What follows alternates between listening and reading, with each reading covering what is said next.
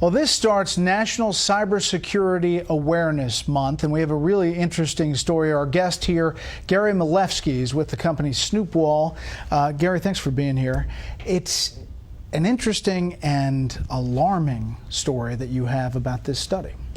I think this is bigger than Ebola right now because 500 million people are infected and they don't know it. But it's not them, it's their smartphones. So tell me the breakdown. How does this happen? So let me give you an example. If you went to the hardware store, you'd buy a flashlight and you'd turn it on and you'd use it to find your car keys at night or to do some work. We've all installed a flashlight app on our phones. This is the app that you put on and it just goes out. It's a flashlight. Exactly. And instead of being a normal flashlight, when you hit the on button, this flashlight app is kind of like a real flashlight from the hardware store, except it was made by Mr. Gadget. And it opens up and it says, Brett, can I have your name, address, credit cards, bank account information, family photos, videos, where you're located right now, and all your friends and contacts, and can I send that out over this little satellite dish attached to the flashlight? You probably wouldn't buy that flashlight and you wouldn't hit the on switch. But that's what's happening? That's what's happening. The top 10 flashlight apps today that you can download from the Google Play Store are all malware. They're malicious, they're spying, they're snooping, and they're stealing. So where does that information go? What happens to it? So I've been tracking down where it goes, and I've found 3 countries so far: China, India, and Russia. And they use it for various purposes, I guess?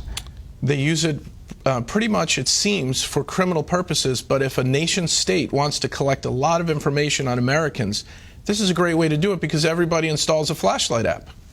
So what do you tell people? Don't install flashlight apps, period? In some cases, you actually have to not only uninstall it, but you have to factory reset your phone because they install Trojans that when you uninstall some of these flashlight apps, the Trojans are still installed, waiting to run and operate in the background while you're doing important things like mobile banking or reading your contacts list and things like that. That's amazing. Is that this is a new kind of finding?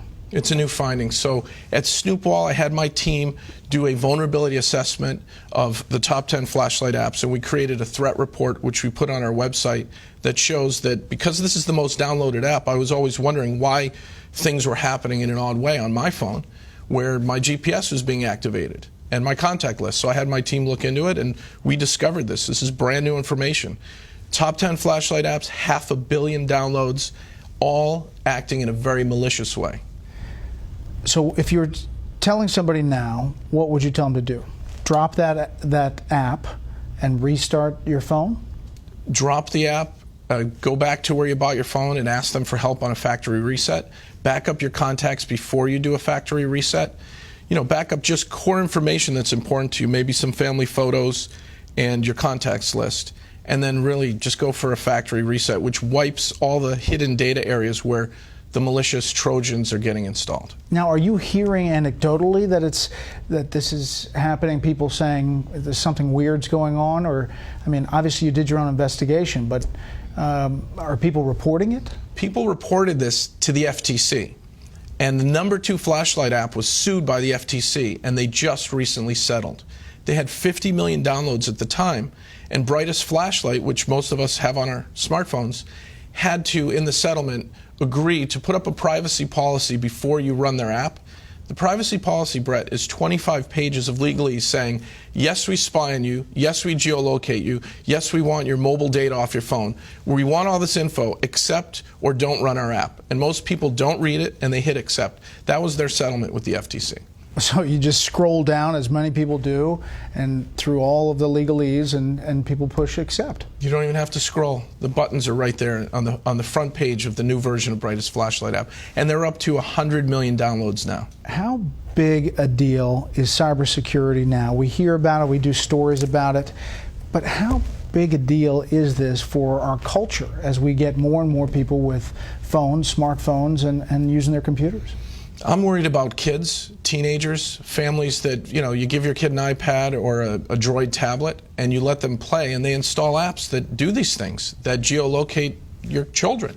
And if they're online predators or cyber criminals, they're going to get at our families because this is the back door into our homes. and even into our businesses because we've installed malware and not known about it.